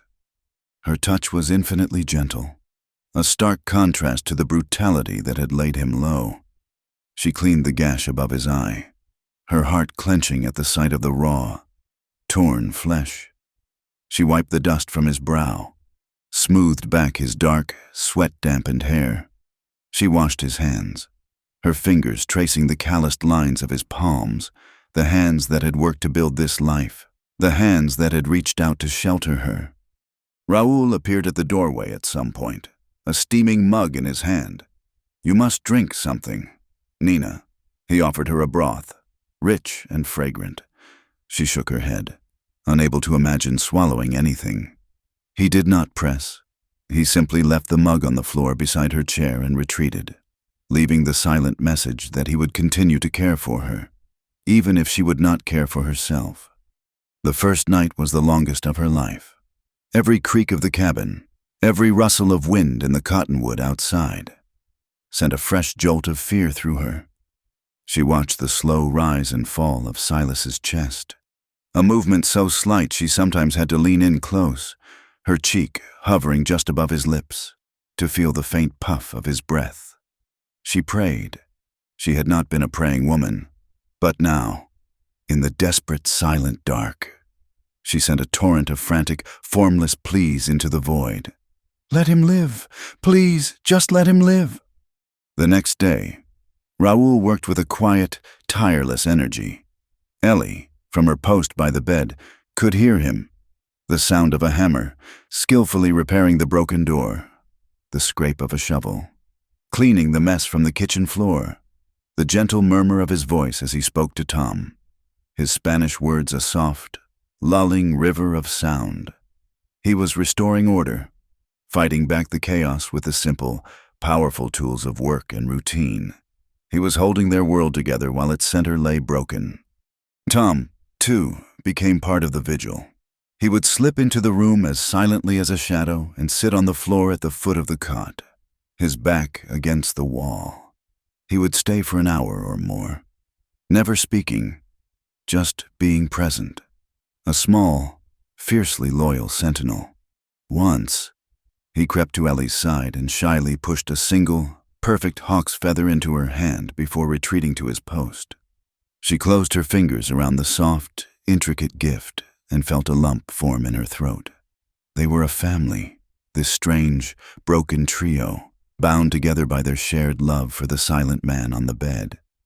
Ellie's existence became a litany of small, tender actions. She kept a cool, damp cloth on his forehead, chasing the fever that came and went. She tried to trickle water between his lips from a spoon, her heart sinking with each drop that ran, unused, down his stubbled chin. Raoul made a thin, nourishing gruel, and she would spend long minutes trying to coax a spoonful past his slack lips, celebrating the tiniest swallow as a monumental victory. In the long, silent hours, she talked to him. Her voice was a low, constant murmur, a thread of sound in the still room. She told him about her day, about the way Raoul had fixed the door hinge, about how Tom had found a lizard with a bright blue tail. She told him about her mother, about the feel of her hands, the sound of her laugh. She told him things she had never told another living soul. She was not just tending to his body. She was trying to call his spirit back from whatever dark, distant place it had gone. She was tethering him to the world with the sound of her voice. 2 days passed, then 3. A cold, creeping despair began to seep into the edges of her hope. He did not stir. His breathing remained shallow, his stillness absolute. She grew thin and pale, her eyes large and dark in her drawn face. She rarely slept, and when she did, it was in the chair, her head nodding forward for a few minutes at a time, only to jerk awake with a gasp, her first panicked thought always for him. On the afternoon of the 4th day, the sky was a heavy, bruised gray, and a slow, weeping rain began to fall, tapping a somber rhythm on the roof. The light in the room was dim, the mood funereal. Ellie sat in her usual place, holding one of Silas's hands in both of her own. It felt cool and unresponsive. Hope was a dying ember within her. Perhaps this was it. Perhaps he was slipping away. She bowed her head over their joined hands, her shoulders shaking with a fresh wave of silent, hopeless tears. She had been so sure she could save him, that the force of her will alone could pull him back, but he was so far away. And then she felt it. It was the faintest flicker of movement against her palm, a weak, almost imperceptible twitch of his finger. Her head snapped up.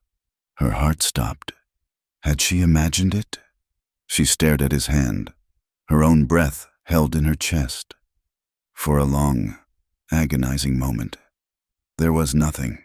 Then it came again, stronger this time, a definite, weak pressure against her fingers. Silas, the name was a breath, a prayer. His eyelids fluttered.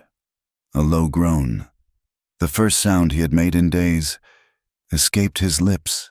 The sound was rough, cracked with disuse, but it was the most beautiful sound she had ever heard. His eyes, the clear, steady, gray eyes she knew so well, slowly opened. They were clouded, unfocused. They roamed the shadowy ceiling of the room before finally, slowly, finding their way to her face. They struggled to focus, to make sense of what they were seeing. He blinked once, twice. Recognition dawned, a slow, rising tide. His lips moved, but no sound came out. He tried again, his throat working. His voice, when it finally came, was a dry, rasping whisper, so quiet she had to lean in to hear it. Still here. The 2 simple words held a universe of meaning. After the violence, after I failed to protect this home, after I was broken in front of you, you did not run, you stayed. The tears that had been born of despair now transformed into tears of overwhelming, world-altering relief. They streamed down her cheeks, but this time, a smile, wide and trembling, broke through. It was the first time she had truly smiled since she had stumbled onto that freight train. She could not speak. The lump in her throat was too large. She could only nod. A series of sharp, emphatic dips of her chin. Yes, yes, I am still here. I will always be here. She squeezed his hand, and this time, he squeezed back. His grip weak, but undeniably present. He held her gaze, his eyes clearing, reflecting the light of her tear-streaked, smiling face. She leaned closer, her lips near his ear. The world outside, with its rain and its sorrow, completely forgotten. All that existed was this man, this room, and this single, victorious heartbeat of a moment. She found her voice, and the words that came out were not for him, but for herself. A declaration of a truth she had just discovered in the crucible of the last 4 days. It was the quiet, unshakable epitaph for the frightened girl she used to be. "Not afraid anymore?" she whispered. The days that followed Silas's awakening were like the first, tentative moments of a dawn after a long and violent storm. The world did not snap back into its old shape. Instead, a new reality had to be built, piece by piece, from the wreckage. Healing was a slow, quiet, and deliberate process, both for the man and for the homestead. Silas did not rise from his bed and walk. His strength, which Ellie had once thought of as an inexhaustible, elemental force, had been deeply depleted. The blow to his head had left him dizzy and weak, and the brutal beating had bruised him to the bone. For the first few days, he was confined to his cot, and his world was circumscribed by the 4 walls of his small room. But the most profound change was not in his body, but in his eyes. The impenetrable shield of solitude was gone. When he looked at Ellie now, there was a raw, unguarded vulnerability, a silent acknowledgement of his own fragility and of the debt he owed her for his life. Ellie's role shifted from a desperate, prayerful vigil to a gentle, steady practice of care. She was no longer just a watcher. She was an active participant in his recovery. She brewed him broths from chicken and wild herbs, her spoons of nourishment a stark contrast to the spoonfuls of water she had once tried to force between his unresponsive lips. He was a patient, if frustrated, patient. The inactivity chafed at him, and she would often find him staring out the small window of his room, his gaze fixed on the distant mesas, his jaw tight with the desire to be out in the world, to be whole again. "Easy," Raoul would tell him, in his calm, quiet way, as he helped Silas sit up, his hand a firm support on his back. A tree that falls in a storm does not stand again in a day. It must have time to set its roots again. Silas would only grunt in response, but he would listen to the old man, and he would listen to Ellie, when she would bring him a cool cloth for his head, or simply sit with him in the quiet of the afternoon. He would watch her, his gaze following her movements with a new, profound intensity. The dynamic between them had been irrevocably altered. He had been her protector, her shield against the world. Now, she was his. She had stood her ground, had faced down the ghosts of her past to defend his life and his home, and this shared trial had forged a bond between them that was stronger than steel. The true healing of the valley began not just with the mending of the man, but with the mending of their home. As soon as Silas was able to sit in a chair for an hour at a time, wrapped in a blanket on the porch, the work of resurrection began. The cabin, which had stood as a grim, silent testament to the violence, was the first patient. The shattered door was the most grievous wound. It was a constant, gaping reminder of the violation. Raoul and Silas, once he was steady on his feet, worked on it together. Silas's movements were slow, careful, his usual strength still muted. Ellie became their assistant, bringing them pegs, holding the heavy planks in place, her smaller hands a surprising help in the finer work. They did not speak much as they worked. They did not need to. The shared, rhythmic labor was a conversation in itself. The rasp of the saw, the tap of the hammer, the groan of new leather hinges being fitted. These were the sounds of recovery, the sounds of a home being made whole. The day they finally hung the repaired door was a quiet triumph. It swung shut with a solid, satisfying thud, the new wooden bolt sliding home with a click that sounded like a final, declarative sentence. The world was shut out once more. The sanctuary was restored. Inside, Ellie led the charge. She and Tom scrubbed the dark, sticky stain of the spilled stew from the floorboards until the wood gleamed, clean and pale. She took down the simple curtains, now spattered and torn, and washed them in the creek, laying them on the warm rocks to dry in the sun. She found a small pot of blue paint in the barn, left over from some long-forgotten project, and with a small brush, she painted a simple, cheerful border of wildflowers around the frame of the newly repaired door. It was an act of defiance. A splash of beauty and hope lay directly over the site of their trauma. As the physical space began to heal, so did its inhabitants. The return of Tom's laughter was the surest sign. For days after the attack, the boy had been a small, silent ghost, his wide eyes holding the memory of the horrors he had seen. He rarely strayed far from Raoul or Ellie, his usual adventurous spirit extinguished. It was Silas who brought it back. He was sitting on the porch step, his strength slowly returning, carving a piece of scrap wood. Tom was watching him, as he always did, from a safe distance.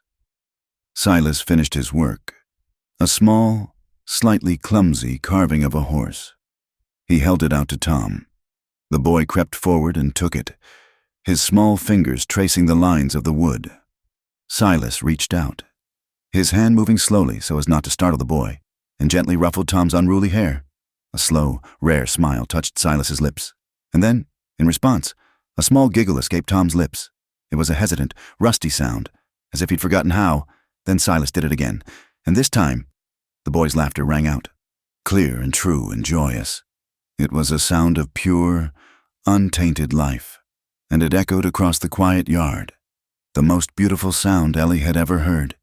It was the sound of their valley coming back to life. Soon, Silas was strong enough to return to his work. At first, it was small tasks, mending a harness, sharpening the axe. But the day he saddled his horse and rode out to check the fence line along the northern ridge was a turning point. Ellie stood on the porch and watched him go, a tall, straight figure on his horse, once again the master of his domain. The sight filled her with a fierce, quiet pride.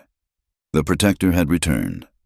The gentle, poetic rhythm of their life was restored. But it was a new rhythm, one richer and deeper than before.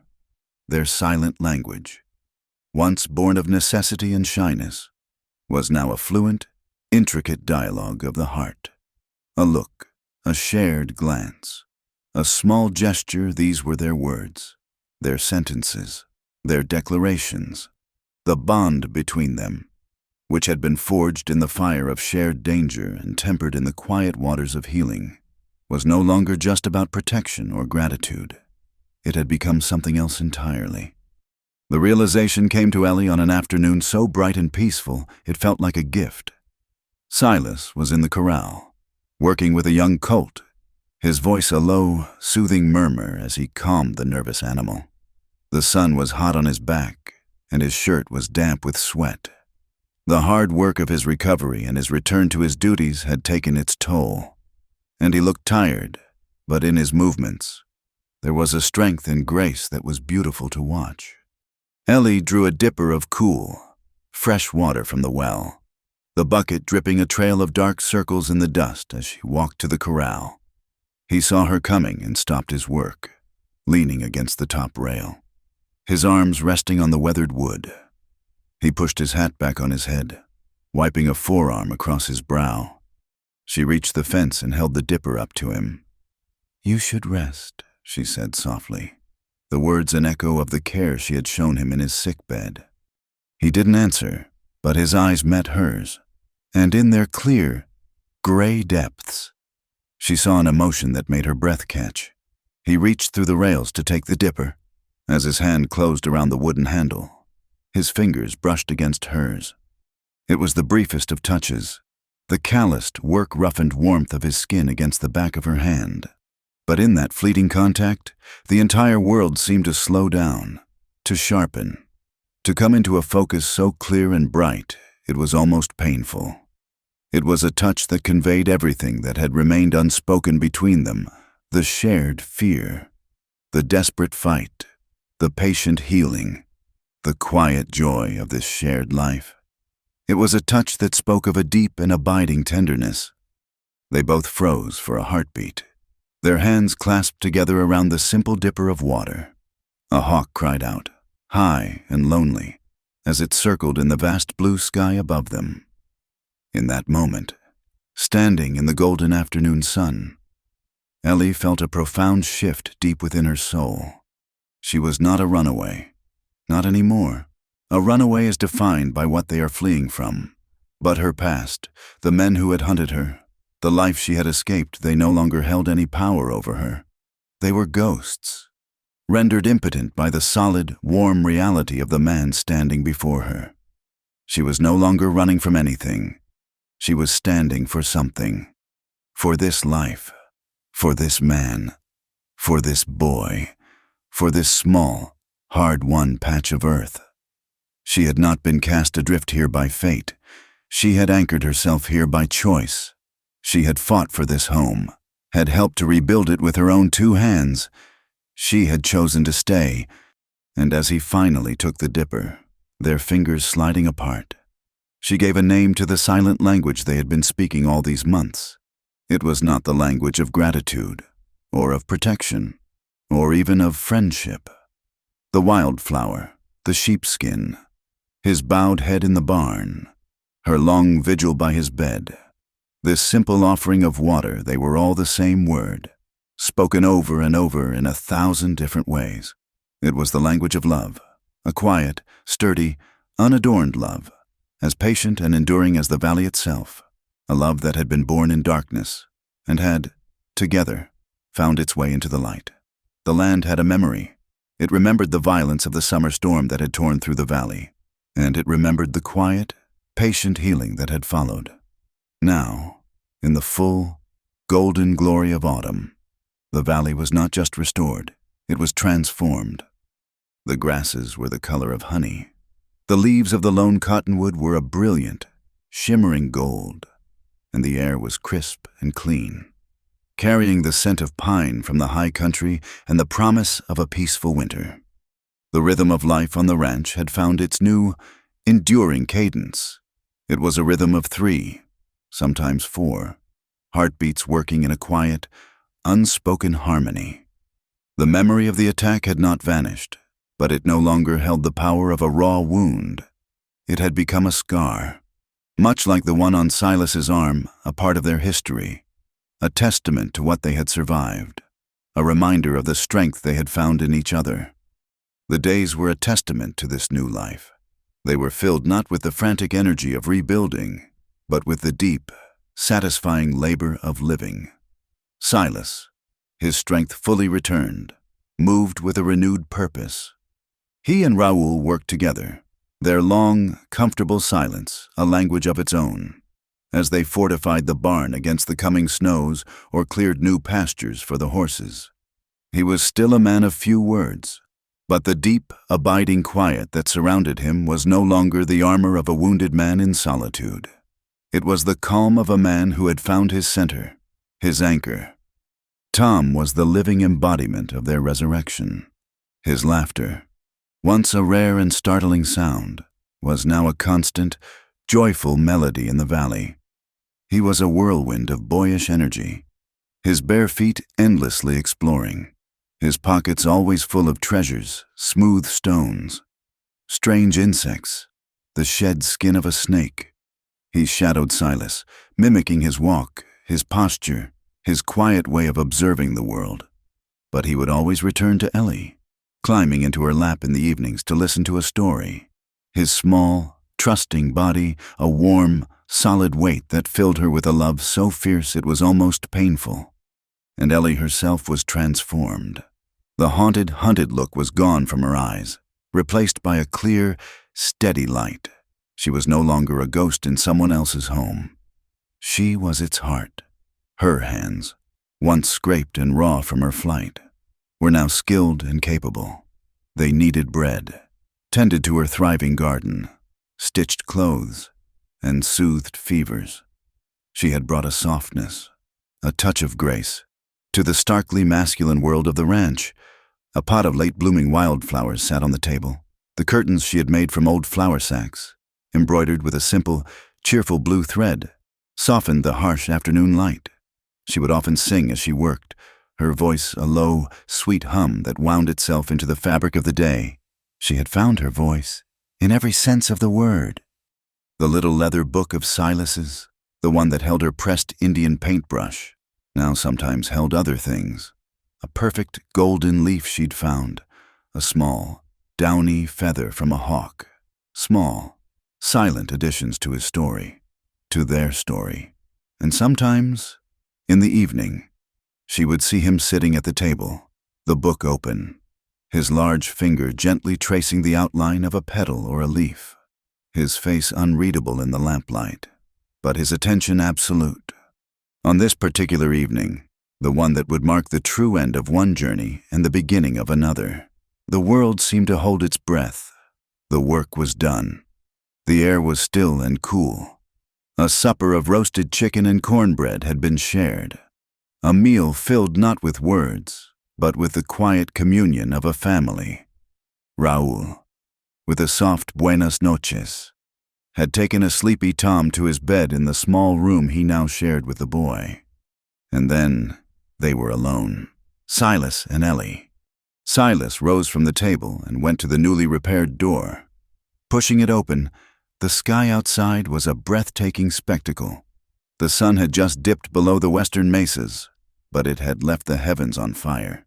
Great, bleeding streaks of crimson and orange and deep, royal purple painted the entire sky.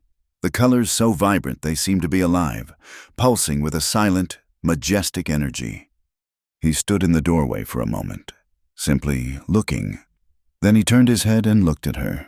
He did not speak. He did not need to. It was an invitation. Ellie left the dishes where they were and went to him, stepping over the threshold onto the porch, into the cool evening air. She came to stand beside him, her shoulder almost brushing his arm. Together, they stood in silence, two small, human figures dwarfed by the magnificent, impossible glory of the sky. Their gazes drifted from the heavens down to the earth. They looked out over the familiar landscape of their valley, at the dark, solid shapes of the barn and the corral, at the fields fading into shadow. Their eyes settled on a patch of land near the creek, a place where the soil was poor and rocky. Yet, even now, at the end of the season, it was dotted with the stubborn, resilient blooms of wildflowers. They were not as bright as they had been in summer, but they were still there, their pale, ghostly colors a testament to life's refusal to surrender to a harsh land. The silence between them was not empty. It was filled with everything they had been through together. The terror of the train, the desperate leap, the long, healing vigil, the quiet joy of this new life.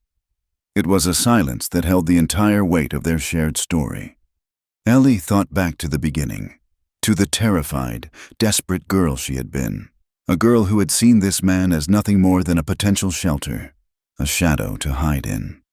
She thought of his coat, the heavy, dusty wool that had been her first sanctuary. She looked at him now, at the strong, quiet man standing beside her, his profile carved against the dying, brilliant light. He was no longer just a shelter. He was her home. He was her world. The words rose from a place so deep within her, they felt as if they were being drawn from the very earth beneath her feet. They were not planned. They were a truth that demanded to be spoken. Her voice, when it came, was a whisper, a sound meant only for him and for the vast, listening twilight. At first, she began, her gaze still on the distant wildflowers. "I only asked to hide under your coat." She paused, swallowing against the sudden thickness in her throat. Now I just want to stand by your side for the rest of my life." It was not a question. It was a vow, a declaration of absolute, unconditional belonging. She had offered him her entire future, her entire self, in that one whispered sentence. She stood there, her heart pounding, her body trembling slightly, waiting. Silas did not answer. The magnificent, fiery sky was reflected in his still, silent eyes. For a long, breathless moment, he did not move. He simply stood, absorbing her words, letting them settle into the quiet spaces of his soul. Ellie's heart ached with a terrible, beautiful vulnerability. She had laid her soul bare, and she did not know if he would, or even could, respond. And then he moved, slowly, with a deliberation that gave the gesture an immense and solemn weight. He lifted his hand. He did not reach for her shoulder. He did not touch her face. He simply reached for her hand. His large, warm, calloused fingers closed around her smaller, softer ones, lacing through them, his thumb coming to rest gently on her pulse. His grip was not tight, but it was firm, absolute. It was an answer more profound and eloquent than any words could ever be. It was his own vow, his own silent declaration. The touch said, "I am here, I will not leave." It said, "Your hand belongs in mine." It said, "Yes." In that moment, as their hands joined, the world itself seemed to offer its blessing. The last, brilliant rays of the sun broke through a gap in the clouds, flooding the valley with a final, breathtaking wave of golden red light. It bathed them, sanctified them. Two figures standing hand in hand on the porch of the home they had saved and rebuilt together. There was no kneeling proposal, no ring of gold, no promises whispered before a preacher. There was only this two wounded souls, standing in the twilight, their hands clasped together in an unspoken covenant. The brilliant, blazing sky was their cathedral. The ancient, watching mesas were their witnesses, and the soft, sighing wind that stirred the golden grasses was their blessing. The whole world, the whole of creation, seemed to confirm it they had chosen each other. They had both started their journey in darkness. She, in the suffocating darkness of a life she was forced to flee. He, in the lonely, silent darkness of a past he could not speak of. They had met in the literal darkness of a boxcar, two shadows hiding from the world.